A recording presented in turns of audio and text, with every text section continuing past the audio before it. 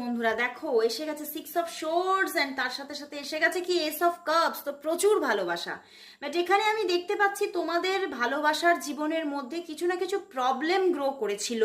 হুম, মানে কিছু না কিছু প্রবলেমেটিক সিচুয়েশন হয়তো তোমরা হয়তো এখনো মানে তোমাদের সেই প্রবলেমেটিক সিচুয়েশনের মধ্যে দিয়েই হয়তো তোমাদের এগিয়ে যেতে হচ্ছে। হয়তো তোমাদের কারো কারো মধ্যে হয়তো নো কন্ট্যাক্ট সিচুয়েশনও কিন্তু থাকার জায়গা দেখাচ্ছে। এইট অফ শোর্ড এসে গেছে অ্যান্ড এখানেও এসে গেছে দ্য মুন কার্ড।